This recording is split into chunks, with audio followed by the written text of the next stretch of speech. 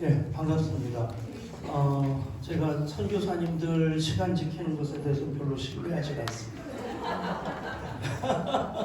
소개할 얘기가 꽉 차 있어가지고 대표적으로 김은호 선교사님 같은 경우 30분, 40분은 넘으면 안 된다고. 예, 틀림없이 하겠습니다. 그리고는 1시간 40분을 해요. 그래갖고 제가 길게 했나요? 그래요. 예, 우리 이영민 목사님 우리 교회에서 또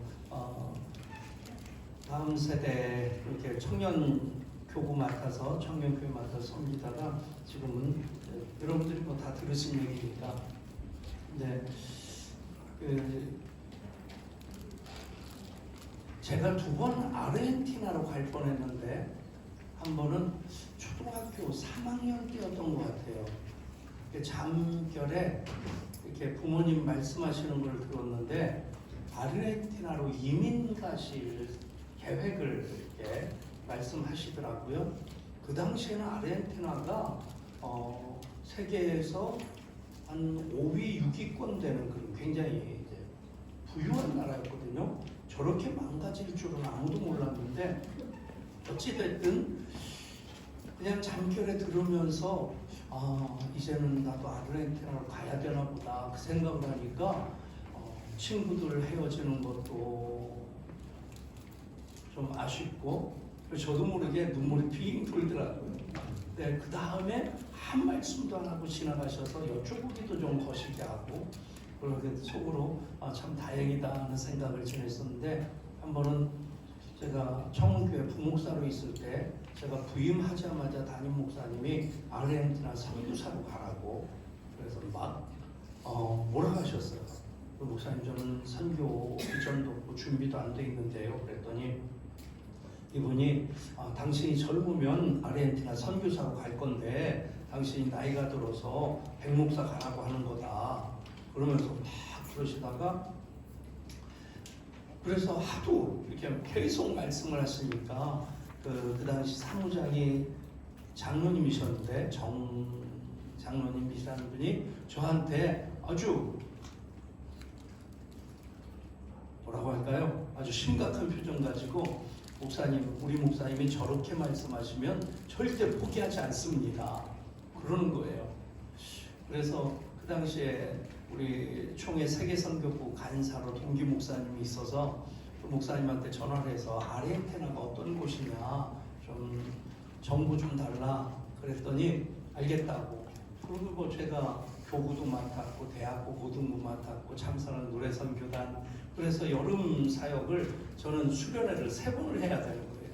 고등부 해야 되고 또 대학부 해야 되고 참사랑 노래선교단까지 그렇게 쭉 진행하던 참에 전화가 온 거예요. 아르헨티나 그 장로 교단에서 우리 교단 우리 총회 쪽으로 요청을 해서 이제 그 협력 선교사를 보내달라고 했다는 거예요.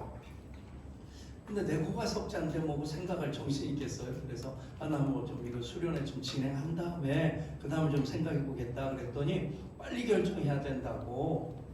그러니까 나중에 알고 보니까 그렇게 협력 선교사로 가는 것이 우리 교단을 대표해서 가는 거니까 소위 선교사들의 로망이라고 하더라고요.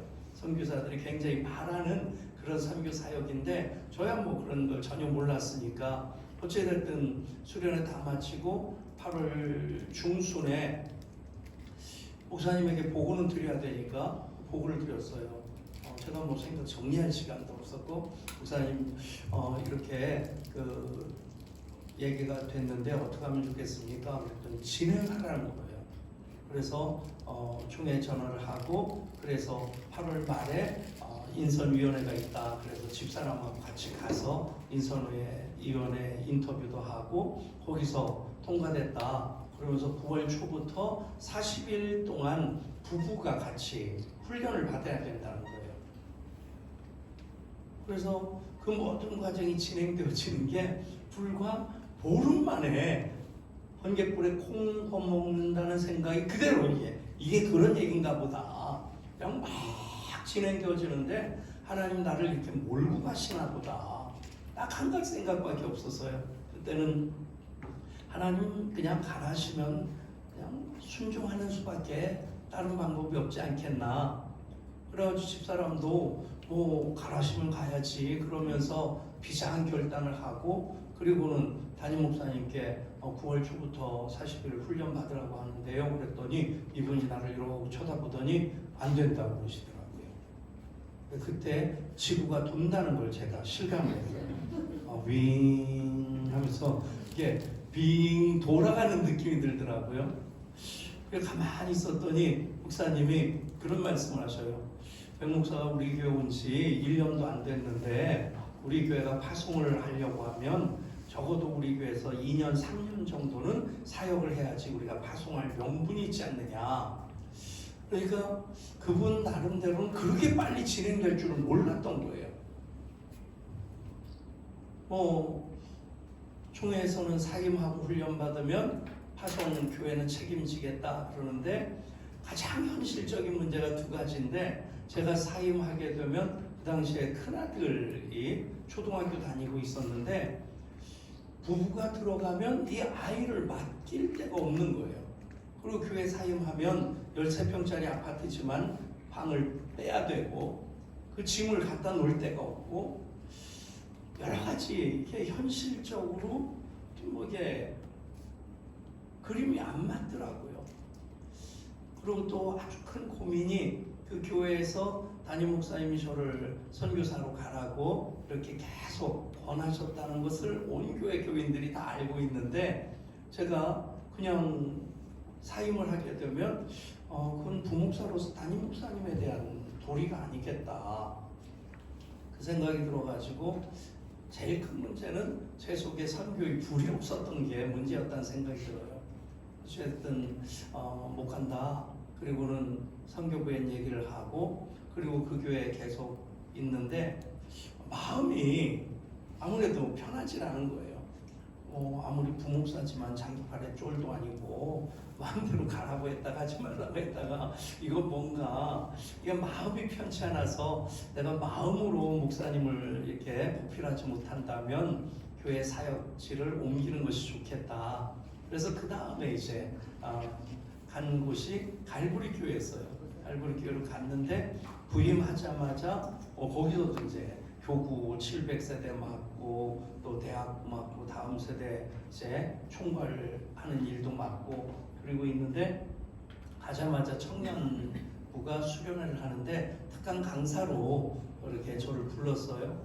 그래서 기도원 가서 조금 먼저 가서 앉아 있는데 청년들이 나침반사에서 나온 은사 테스트라고 하는 그 프로그램을 진행하고 있더라고요. 그래서 그거 한 장 달라고 해서 이제 쭉 체크를 했는데, 목회의 은사라든지 가르치는 은사라든지 믿음의 은사라든지 여러분들이 생각하는 것보다 점수가 잘 나왔어요. 예, 다 점수가 잘 나왔는데 딱 보니까 선교 쪽이 40점, 50점, 60점 그런 거예요. 그걸 딱 보는 순간 하나님이 막으셨구나 그 생각이 들었고, 그때 하나님 막으셨다면 내가 가는 선교사는 아니겠지만 보내는 선교사가 돼야 되겠다 그 마음을 가지고, 특별히 우리 교회가 개척한 다음에 선교 사역에 나름대로 열심을 내는 그냥 비교적 평균적으로 우리 교회가 선교에 대한 어떤 사역도 그렇고 열정도 그렇고 재정적인 지출도 그렇고 굉장히 많이 하는 그런 교회입니다. 그냥 실패한 선교사라고도 얘기할 수 있겠지만 그 보내심을 받은 가는 선교사가 아닌 보내는 선교사로서 순종하는 것도 하나님께서 예양교회 담임 목사로 그렇게 하나님 사용하신다 하는 그 얘기를 여러분들에게 같이 나눠드리고, 여러분들이 선교학교를 통해서 갑자기 어디 내가 가야 되나 하는 그런 불안감 갖지 마시고, 그냥 지금 선교위원회를 중심으로 해서 여러분들이 하는 그 사역들 더 잘하는 것도 선교학교를 통해서 여러분들이 얻을 수 있는 귀한 유익이라고 생각합니다. 이제 전체 마무리하면서 우리 한국교회가 얼마나 복받은 교회인가 하는 것에 대해서 나누고, 그렇게 한국교회가 선교적인 DNA를 가진 교회다 하는 것, 그리고 또 그 일을 우리 교회가 앞장서 감당하는 것 참 하나님 기뻐하시는 일이다라고 하는 것 간단하게 정리를 해드리겠고, 저도 제 시간 이영민 목사님이 한 20분 정도 갉아먹은 것에 대해서 제가 서운하게 생각하지 않고 빨리 끝낼게요. 여러분들도 빨리 끝내는 게 좋죠? 이럴 때 너무 솔직하자니 찍힐 것 같고, 네. 금요 성령 집회 한번 이렇게 인도하고 나면 그냥 그때는 받은 은혜로 오늘도 목소리 가지 않고 끝까지 그렇게 불꽃을 태울 수 있었다 하는 생각 가지고 갈 때는 그냥 뿌듯한 마음으로 집에 갑니다. 근데 토요일날 아침에 일어나려고 하면 저도 모르게 신음소리가 나요. 끙끙 소리가 나고 토요일날 아침에 일어나는 게 되게 힘든데, 아무튼 오늘은 또 아기 학교에서 지난주에 개강하면서 아이들 기도해달라고 했는데 지난주 원일 때문에 못했나? 그래서 오늘 하겠다고 약속하고 10시부터 기도를 하는데 끝도 없더라고요. 한참 하다가 한 사람 한 사람 애들을 안고 이렇게 축복 기도를 하니까 집사람은 그냥 이렇게 한 번씩 손만 대주고 끝내라고 하는데 그건 사모의 마음이고 제 마음은 절대 그럴 수가 없죠. 요 앞에 요 히터를 좀 꺼주시면 좋겠는데 그때나 열받았는데 되게 더워요. 예. 하다가 막 이게 기도하다가 제가 현기증이 나는 거예요. 그래가지고 몇 명 남았냐 그랬더니 5명 남았대요. 주여 5명입니다. 그리고는 이제 기도하는데 5명이 지나갔는데 계속 애들이 오는 거예요. 그래서 왜 5명이라고 하지 않았냐 그랬더니 잘못 얘기를 했다는 거예요. 23명 1시간 기도하고 나니까 어제 금요성령 집회 한 것보다 3배는 더 힘들다는 생각이 들더라고요. 그래서 이영민 목사님 나를 위해서 20분 시간을 써준 것에 대해서 대단히 감사하고, 우리가 우리나라에 태어나는 것 우리가 선택한 것 아니죠. 선택할 수 없는데 그런 삶 속에 살아가는 것을 우리는 하나님의 섭리라고 얘기하는데, 참 우리가 그렇게 하나님 섭리 속에서 대한민국에 태어나고 또 한국 교회의 일원이 되었다라고 하는 것에 대해서 우리가 참 감사해야 되고 긍지를 가져야 될 부분입니다. 한국 교회에 대해서 딱 한마디로 얘기한다면 애국가 가사 그대로 하나님의 보호하사 우리나라 만세. 아멘. 그게 그대로 한국 교회예요. 전 세계 물론 전체적으로 여러분들이 이 그림을 그리셔야 돼요.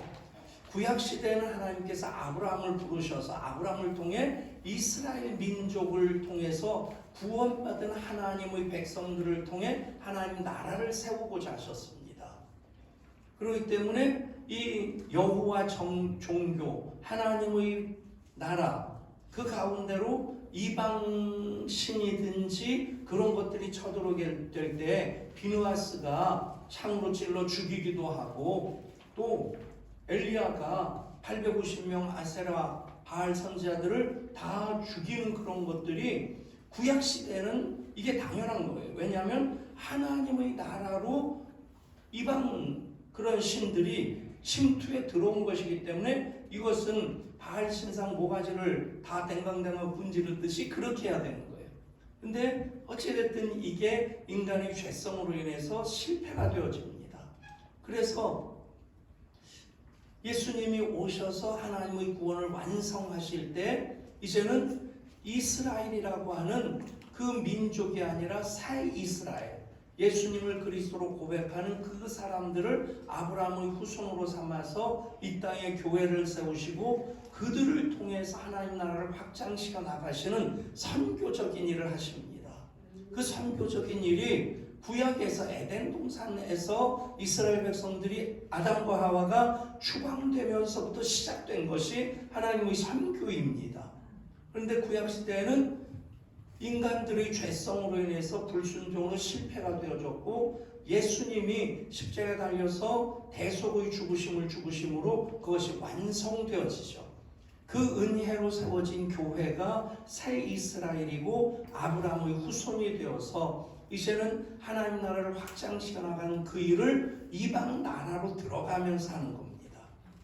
그렇게 우리나라로 복음이 들어온 것이 선교고, 또 우리가 낯설고 물서른 나라지만 정말 선교지 가보면 그 생각이 들어요. 어떻게 여기까지 왔나? 못 가본 선교지가 남아메리카, 우리 이영민 선교사님 페루라든가 칠레라든가 그 동네는 아직 못 가봤어요. 근데 아프리카보다도 남아메리카 가는 게 더 한국에서는 먼 길이고 또 그만큼 시간도 많이 걸리고, 근데 아프리카만 가보더라도 그 생각이 들어요. 도대체 여기까지 올 생각을 어떻게 했을까? 그런데 그곳에 사역하는 선교사님들 보면 선교지 가면 언제나 그 생각이 듭니다. 선교지에서는 하나님 선교사 편이다. 목회할 때는 또 제가 그 생각을 해요. 하나님 목사 편이다.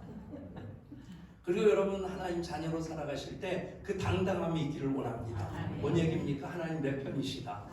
아멘?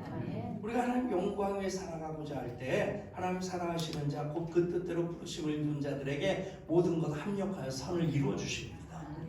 따라하실까요? 하나님 내 편이십니다. 그런 선교적인 흐름이 구약 창세기부터 시작해서 쭉 이어지는 거예요. 그래서 우리는 구약 시대에는 하나님 나라로 이방신이 침투해 오기 때문에 이것을 다 차단해야 되는 거예요. 무너뜨려야 되는 거예요. 그래서 바알바살의 선지자 850명도 다 죽이는 겁니다.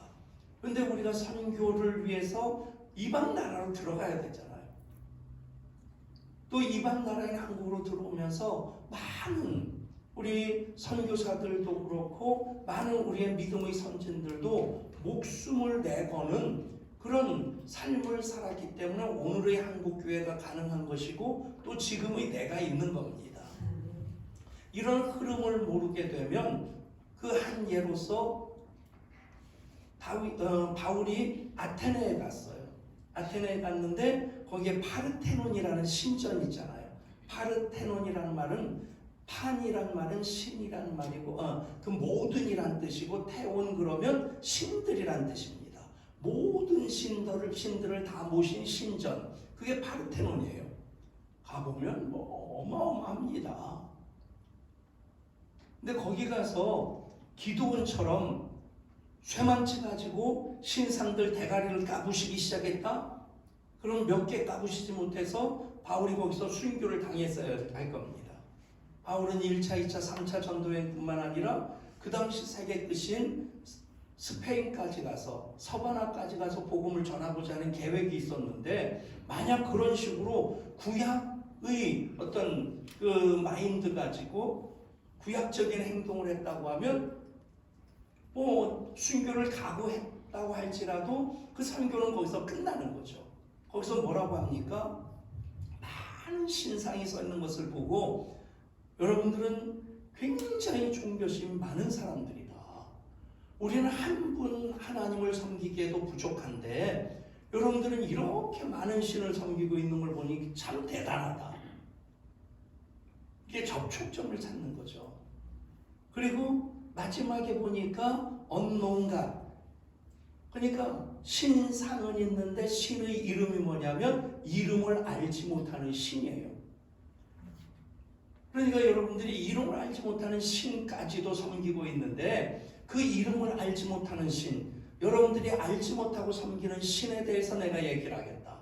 그러면서 그분이 천지를 창조하신 하나님이시고 그분의 아들인 예수님이 이 땅에 오셔서 십자가로 우리를 구원하셨다.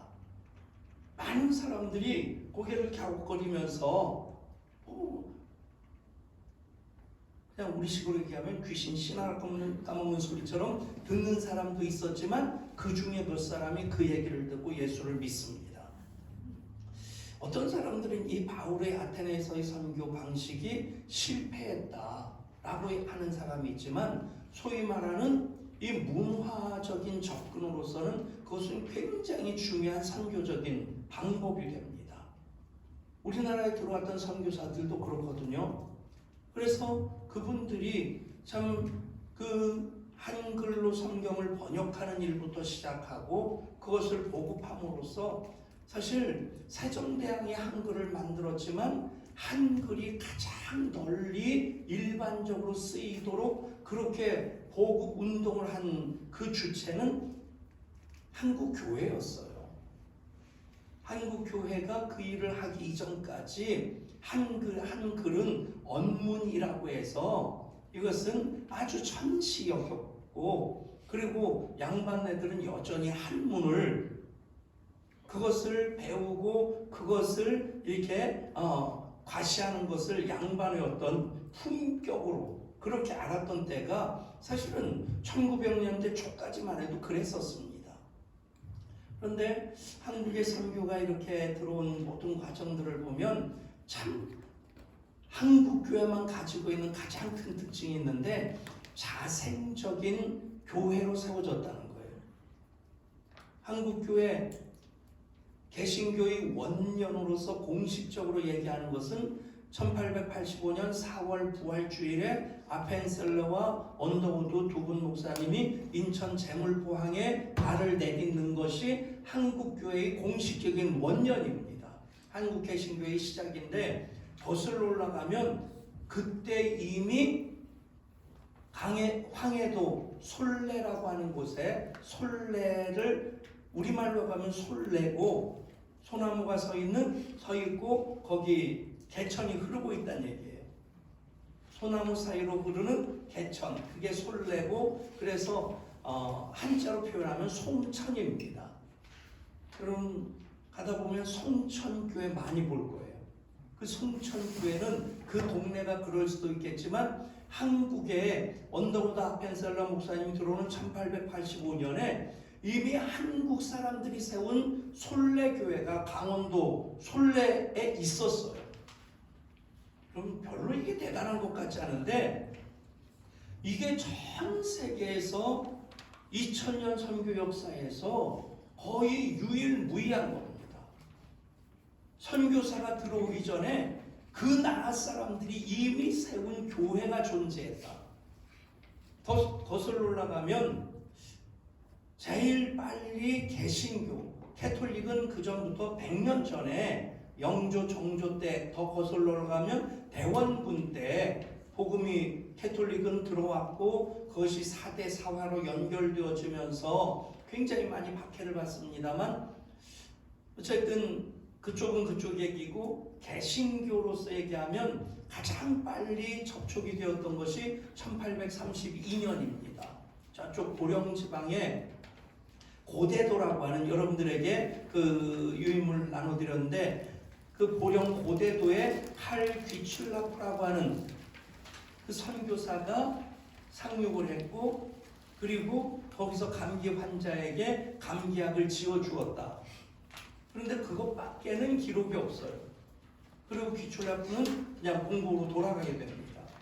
그리고 여러분들이 잘 알고 있는 사건이 뭐냐면 토마스 목사가 제너럴 슈먼호를 타고 대동강 거슬러 올라오다가 길 안내자로서 이분은 한국전 그 선교를 위해서 중국에 머무르고 있다가 이 제너럴 슈먼호라고 하는 미국 상선이 평양으로 간다고 하니까 길 안내자를 자처해서 그 배를 탑니다.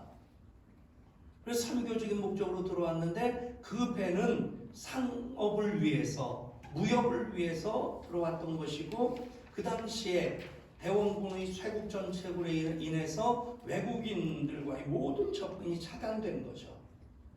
그런데 이 제너럴 셔먼호가 굉장히 오만하게 그냥 대동강을 거슬러 올라왔던 겁니다. 경고 사격도 하고 해봤자 뭐 조총 가지고 따끔거린다고 별일이 있겠어요.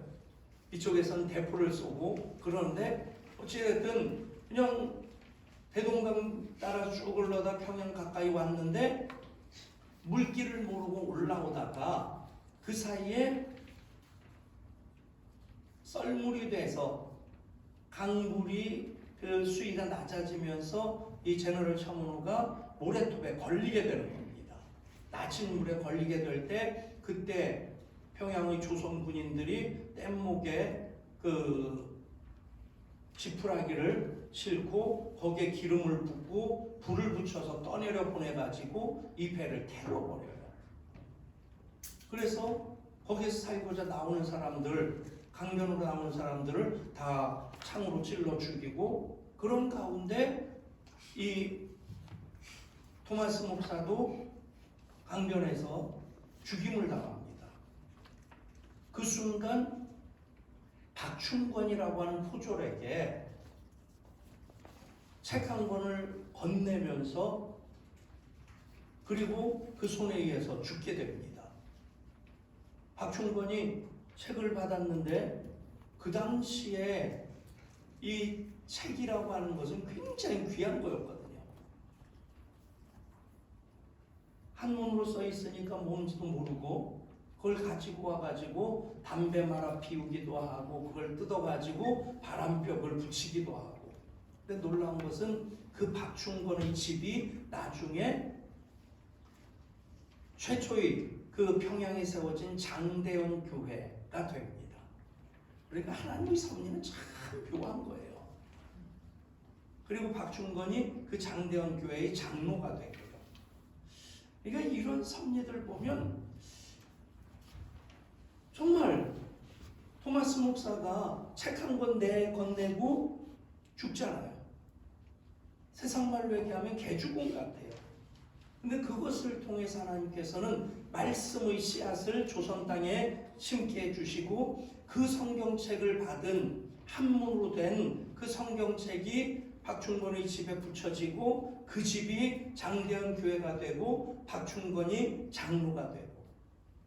여러분, 정말 하나님 하시는 일은 신묘막측합니다. 이런 일들이 아펜셀러 선교사와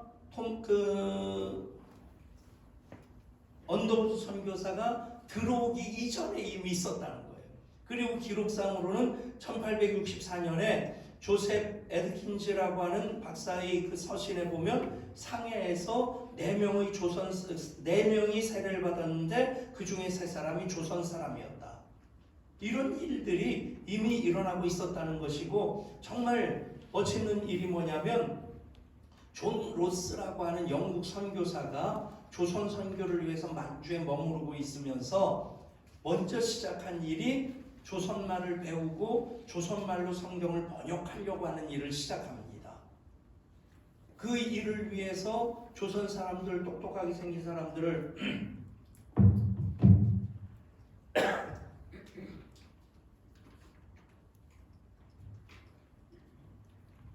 이러다 저도 얘기가 되게 길어지겠네요. 예, 정말 그렇게 몇몇 사람들을 만나게 돼서 그 사람들에게 이제 용돈을 주면서 조선말을 가르쳐 달라, 그런 요청을 했는데, 거기에 자랑스럽게 백시도 들어가 있고 백홍준이라는 사람, 서상윤이라는 사람, 그런 사람들이 이제 존 로스 목사를 만나서 그에게 한글을 가르쳐 주는 거예요. 그리고 한글을 배운 존 로스 목사가 이 사람들하고 같이 성경을 번역하기 시작하는데, 그때 이미 백홍준, 서상용 같은 사람들이 예수 믿고 세례를 받고 그 성경책을 같이 번역하기 시작합니다. 그 일이 언더우드 아펜셀러 목사님이 들어온 일이 1885년 4월인데 이 일이 이루어진 것이 무엇이냐면 1882년이었어요. 이응찬, 백홍준, 서상용 같은 이들이 세례받은 것은 1876년입니다. 그러니까 하나님께서 이 일들을 이미 다 준비하고 계셨다. 그러면서 또 하나 멋있는 일은 언더우드 아펜셀러 목사님이 한국에 들어올 때 성경책을 가지고 들어와요. 그 성경책이 뭐냐면 이수정이라는 사람이 동경에서 유학생으로 있으면서 한문 성경에다가 한글로 토를 붙인 겁니다. 예를 들어서 한문 성경 옛날에는 그거 다 외웠었는데 창세기 1장 1절 그러면 거기서는 그냥 신이라고 쓰죠. 태초, 신, 창조 그렇게 썼겠죠. 거기에 한글로 토를 달하는 거예요. 태초에 하나님이 천지를 창조하시니라. 그런 식으로 토를 달아놓은 그 성경책을 현현 한토, 현토 한한 신약 성경이라고 해서 복음서하고 사도행전만 그렇게 이수정이 토를 달아놓은 거예요. 한문 성경 아래 한글로 토를 달아놓은 건데 이것을 언더우드 하펜셀러 선교사가 가지고 들어옵니다. 보통 선교를 하게 되면요, 그 일을 하는 선교회가 따로 있는데, 김규현 목사님 가서 이 언어를 배우고 글을 만들어가지고 성경 번역하는 그 선교단체가, 표정 보니까 계속 10분 기다려도 안 나올 것 같아요. 고민하는 표정은 짓는데, 아무튼 보통은 가가지고 선교지 가서 그런 민족들이, 종족들이 여전히 많은 거예요. 아마존도 그렇고 아프리카도 그렇고 말은 있는데 언어가 없어요. 글이 없어요. 그런 사람들 말을 배워서 그런 사람들 말을 글자로 표기를 하고 그걸 가르쳐주고 그러면서 성경을 번역하는데 보통 30년 정도를 잡습니다. 이게 쉬운 일이 아니거든요. 그런데 아펜셀러 언더우드 목사는 이미 한문이지만 거기에 한글로 토를 다루는 성경을 가지고 들어왔다는 거예요. 그리고 이미 말씀드린 대로 1882년에 존 로스 성경이 한글로 번역이 되었고, 저쪽 평안도 쪽에서는 이미 이응찬, 서상윤, 백공준 같은 사람들이 이것을 가지고 권서인 글에서 책을 팔면서 전도를 하는 거예요. 성경책을 팔면서 전도를 하는 겁니다. 그런 분들을 권서인이라고 불렀거든요. 이런 일들이 전 세계 2000년 선교 역사에서 오직 우리나라에만 있는 일이에요. 그러니까 이게 얼마나 우리가 복받은 나라고 하나님께서 한국교회를 얼마나 사랑하시는지. 아멘? 또 바꿔 생각하면요, 지금은 그게 엄청나게 잘못한 일이고 또 반성해야 될 일이기도 하지만 그 당시에는 소위 말하는 제국주의 정책이 일반적이었어요. 모든 나라들은 다 제국주의, 제국이라고 하는 것은 한 나라를 얘기하는 게 아니라 여러 나라로서 이렇게 그 구성된 나라를 제국이라고 하는 거죠. 그러니까 계속 식민 정책을 통해서 아시아든 아프리카든 그런 곳에 다른 나라 식민지를 그렇게 건설하고 제국을 만드는 게 그 당시에 일반적인 일이었어요. 그래서 이 아시아 쪽은 영국이나 프랑스, 또 미국도 마찬가지죠. 미국도 필리핀 같은 경우를 식민지로 삼았었고, 미국은 굉장히 얌전하게 식민 정책을 썼었는데, 제가 우리나라가 36년 동안 일본에게 식민 지배 당했던데 얼마나 참 처절합니까? 한 번은 인도 차이나라는 영화가 있었는데 혹시 보신 분 계세요? 인도 차이나 반도 베트남 쪽에서 그 배경으로 해서 그 당시에 이제 프랑스가 식민 지배하고 있을 때 일어난 일들을 배경으로 해서 영화가 만들어졌는데, 그 영화를 처음 보면서 무슨 생각이 들었냐면 프랑스한테 식민 지배를 받은 베트남이 참 부럽다는 생각이 들었어요. 일본한테, 그 악랄한 쪽발이들한테 그렇게 식민 지배를 받은 것이 우리나라의 불행처럼 느껴지더라고요.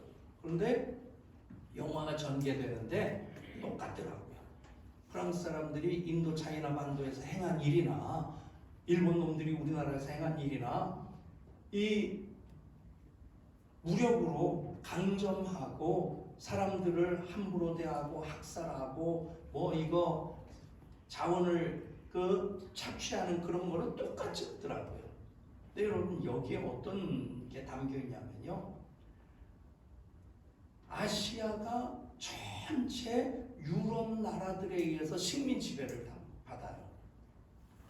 유일하게 우리나라만 쪽발이들한테, 일본한테 개털리듯 털렸습니다. 근데 이것을 통해서 우리가 정말 복음에 더 의지하게 되었고 한국 교회가 민족적인 교회로 설 수 있게 됩니다. 만약에 지금도 그렇잖아요. 2차 세계대전 후에 독립한 나라들 보면 다 기독교 국가들에 의해서 식민 지배를 받던 나라들이에요. 그렇죠? 근데 이 나라들이 독립하면서 다 기독교를 얼마나 이가 달리고 치 떨리겠어요. 그러니까 이 서양 사람들만 미워하는 게 아니라 기독교까지 발로 다 차버리고 그 나라들이 다 공통점이 뭐냐면 다 이슬람화돼요. 왜냐하면 그 상황에서 독립운동을 한 그 멤버들이 이슬람 사람들이거든요. 그러니까 자연스럽게 독립하면서 이슬람 국가가 됩니다. 그러니까 이것에 대해서 선교적으로 정말 처절하게 반성해야 될 일이에요. 근데 그 당시에는 그게 일반적이었다는 얘기죠. 거꾸로 얘기하면 우리도 만약에 영국이나 프랑스나 독일에게 스페인에게 식민 지배를 받았다면 서양 사람들에 대해서 이를 갈태고 기독교를 발로 차버렸을 겁니다. 근데 일본의 식민 지배를 받는 사이에 우리는 선교사들을 의지하게 되고 선교사들이 고종을 지켜줘. 고종도 너무 불안해가지고 선교사들이 밤에 와서 불침번을 서줘야만이 편히 잠을 잘 수 있었던 거예요. 다른 사람 의지할 사람이 없었어요. 그런 가운데 하나님께서 참 보면 한국 교회를 세우시기 위해서 이런 과정들도 사용하셨다 하는 우리가 고백을 할 수 있을 만큼 한국 교회 자생적인 교회로 세워졌고 또 민족적인 교회로 식민 지배를 받을 때 그 이전에 한글 보급운동도 그렇고 그리고 모든 독립운동을 하던 독립단체들 독립협회, 황성일보 등등 그런 신단회 그런 대부분의 독립단체들이 크리스찬들이 그 독립단체들을 주도해서 움직여갑니다. 그렇기 때문에 기독교가 그 당시에 10몇만 밖에 안 됐어요. 그런데도 3.1 만세운동을 주도하는 가장 강한 힘이 교회였고 그래서 절간 불탄 곳 한 곳도 없어요. 성당 불탄 곳 한 곳도 없어요. 예배당만 수십 곳이 불타고 백오인 사건 같은 경우에는 기독교인들 지도자들을 다 검속하는 그런 일들을 일본 관원들이 저지르게 된 것은 한국 교회가 민족교회로서 민족 독립을 위해서 그 일들을 앞장서서 십자가를 지는 그 고백으로 감당했다는 얘기입니다. 정말 이런 모든 일 속에서 전체적으로 정리하면 하나님이 보고 와서 우리나라 만세. 아멘. 이 부분을 우리가 정말 자랑스럽게 생각해야 되고요. 어떤 때는 이것을 부정하는 그런 시도들을 보면 마음이 참 불편하기도 하고 서글프기도 하고 아프기도 해요. 그러다가 하나님께서 이 괘씸한 놈들하고 한번 세례 갈기면 뼈도 못 죽일 텐데.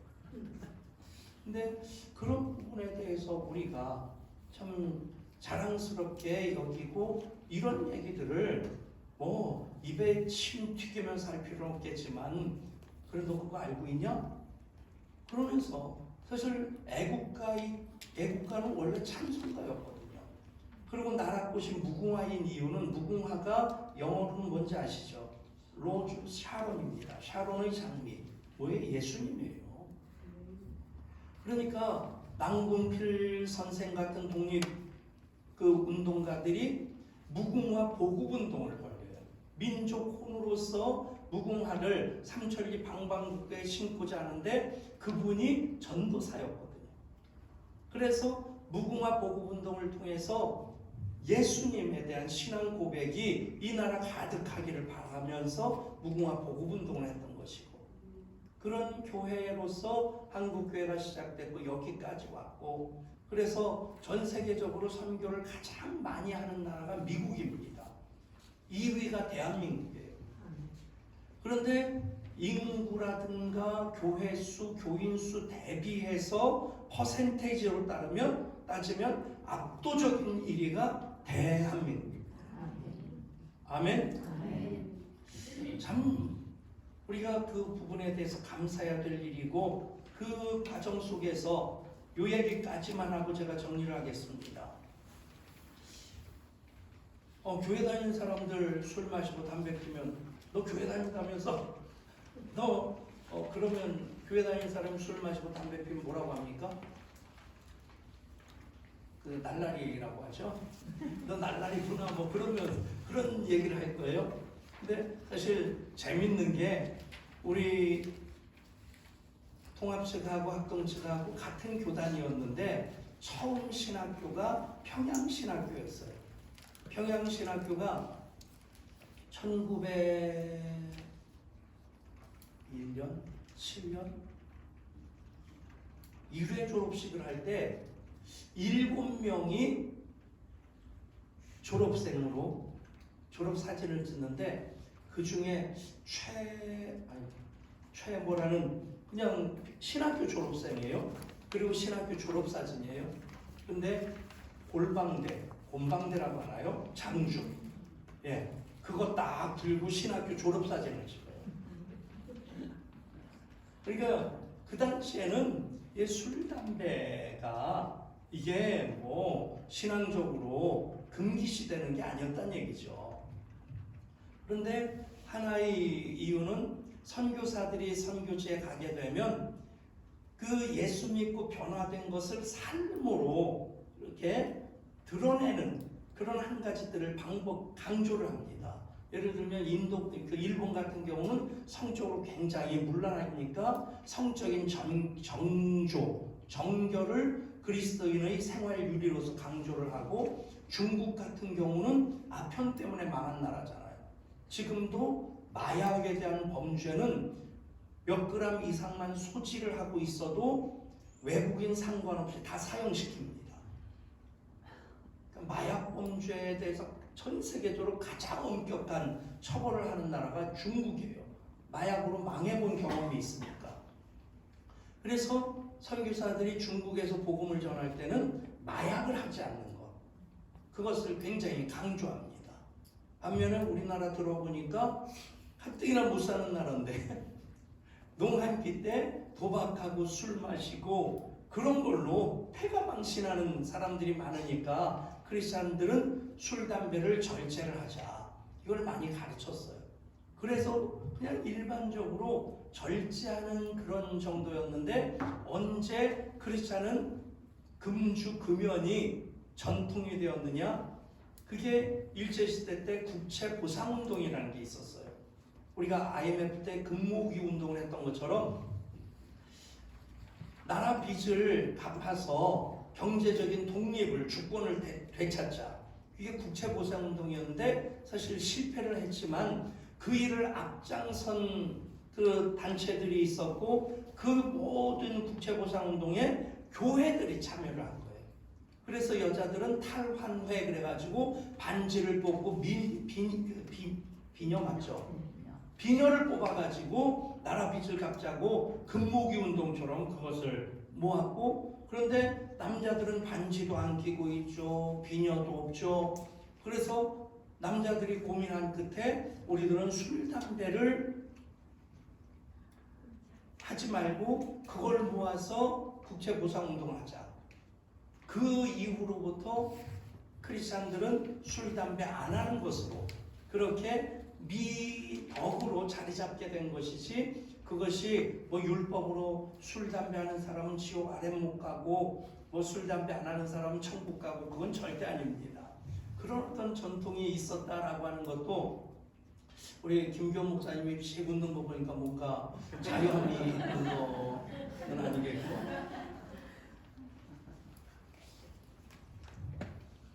그럼 이런 교회, 하나님께서 특별히 한국교회를 자랑스러운 교회로 세워주셨고, 또 우리가 한국교회의 일원이라고 할 때 우리는 가는 선교사도 중요하지만 보내는 선교사로서 그 역할을 잘 감당하게 될 때, 뭐 저도 그런 생각이에요.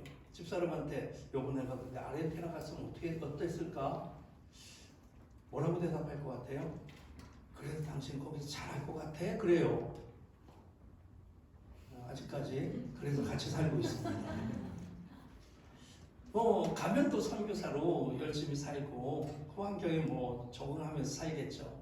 근데 그냥 가는 선교사로서는 실패한 선교사다라고 얘기할 수 있겠지만 보내는 선교사로 그 일을 하는 것이 나 혼자 가서 어떤 사역을 하는 것보다 더 많은 사역을 할 수 있다고 한다면 그 일도 하나님 기뻐하시는 일이겠다.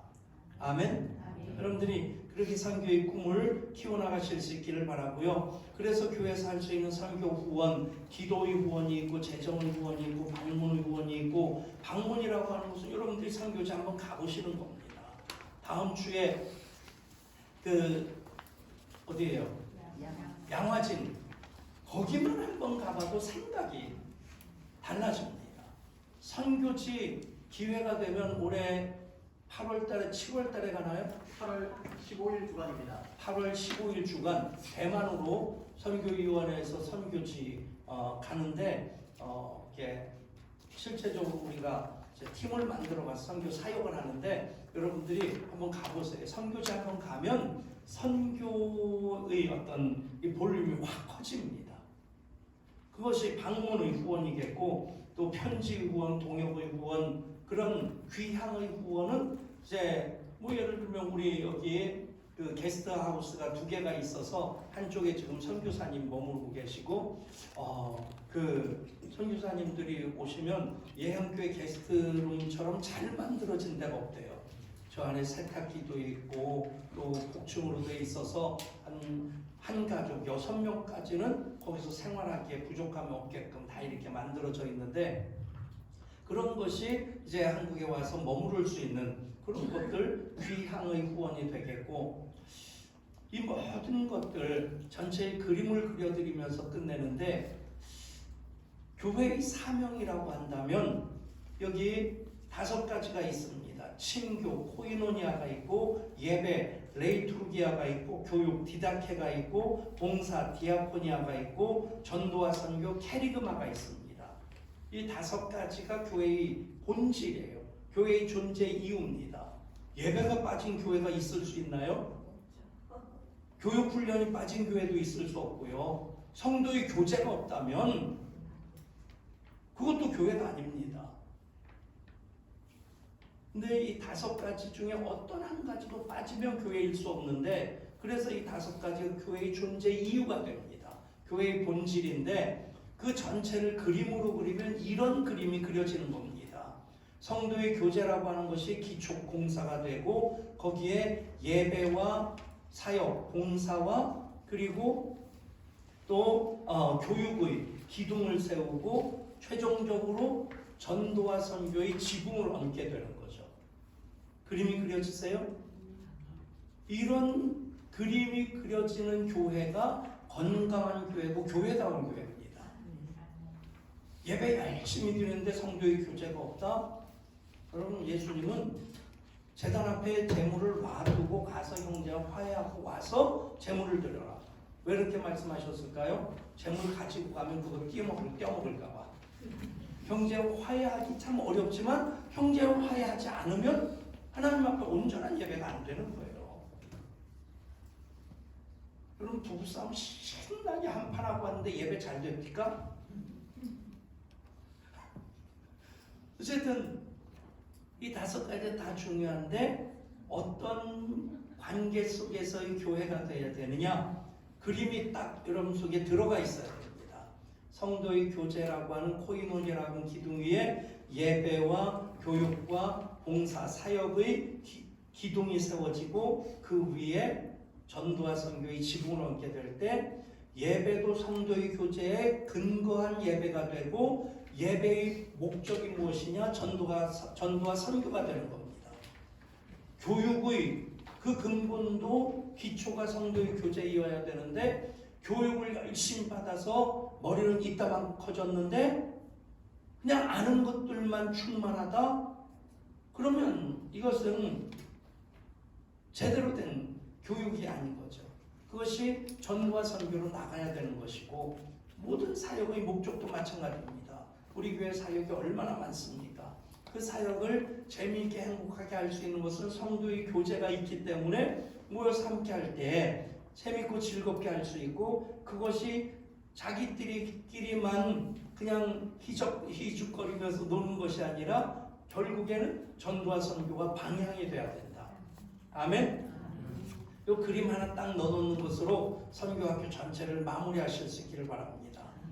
그리고 예향교회 목사로서 예향교회 우리 가족으로서 이 모든 것이 교회 이름에 담겨 있다. 멋지죠? 예, 예수님이 향연에 참여하는 꿈 예배의 비전이고요. 예수님을 향하여 자라가는 꿈 다음 세대와 또 교육 훈련의 그런 비전이고 예수님의 향기로 섬기며 사귀는 꿈 그것이 코이노니아 디아코니아의 비전이고 그리고 그 모든 것을 예수님의 향리 예수님의 마을 천국을 건설하고 확장하는 꿈 전도와 선교의 비전입니다. 아멘. 네. 하나님이 참 좋은 이름을 주셨어요. 그 이름에 교회의 본질을 담을 수 있다고 하는 것 참 멋진 일이라 생각하고 40분 딱 하려고 했는데 2분 36초 지나서 죄송합니다. 이 들어가는 말 언더우드 목사님이 쓴 시로 알려져 있는데 되지 않는 보이지 않는 조선의 마음 사실은 언더우드 목사님이 쓴 게 아니고요. 양귀자라고 하는 권사님이죠. 소설가가 쓴 소설책 제목이 뭐더라요? 이럴 때 김규현 목사님 또 불러봤자 뭐 아예 고개를 받고 모른 척하고 있거든요. 양귀자가 쓴 소설책에 나오는 얘기입니다.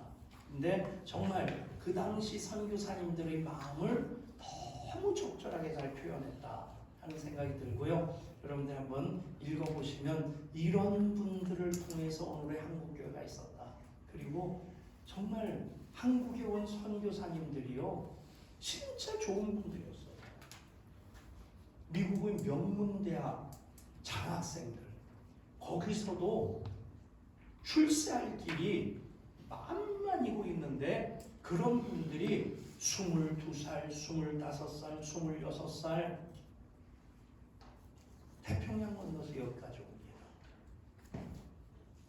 그것은 다음 주에 양화진 가서 이렇게 묘비석에 세워진 글씨를 보면 가슴 뭉클하고요. 눈물이 안 나들랑 다른 사람 보는 데서 좁혀지 마시고 그냥 혓바닥을 한번 꼬집 깨물어 보세요. 눈물이 날 때까지. 근데 정말 그 한 분 한 분 그 삶의 발자취를 보면 정말 한국교회 이분들을 통해서 하나님이 세우셨다는 것에 대해서 감사하고 감격스러워할 수 있게 됩니다.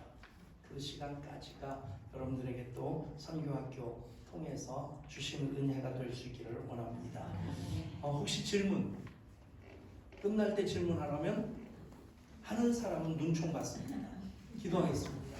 하나님 선교학교 또 2주간 허락하여 주셔서 참여하게 하시고 모든 시간 통해 도전받게 하시고 결단하게 하신 것 감사드립니다. 보내는 선교사로서의 사역이 얼마나 귀한지 다시 한번 우리가 그 소중함을 가슴에 담을 수 있게 하여 주시고 그리고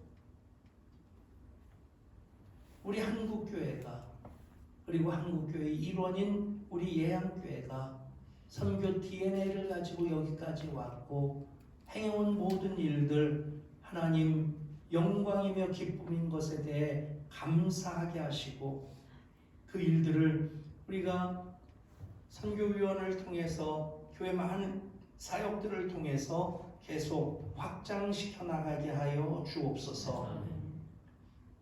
참 많은 복 받았습니다. 그것 내 주머니에만 채워놓는 것 아니고 나누는 모든 삶이 선교적인 삶이 되게 하여 주옵소서. 우리 주 예수 그리스도 이름으로 간절히 기도드리옵나이다. 아멘. 우리 섬겨주신 팀장님과 모든 우리 네, 한번 우리 선교팀 잠깐 일어나 보실래요? 네. 우리 위에서 박수 한번 크게 하시겠습니다. 수고하셨습니다. 감사합니다. 덕분에 좋은 시간 가졌습니다. 다음 주에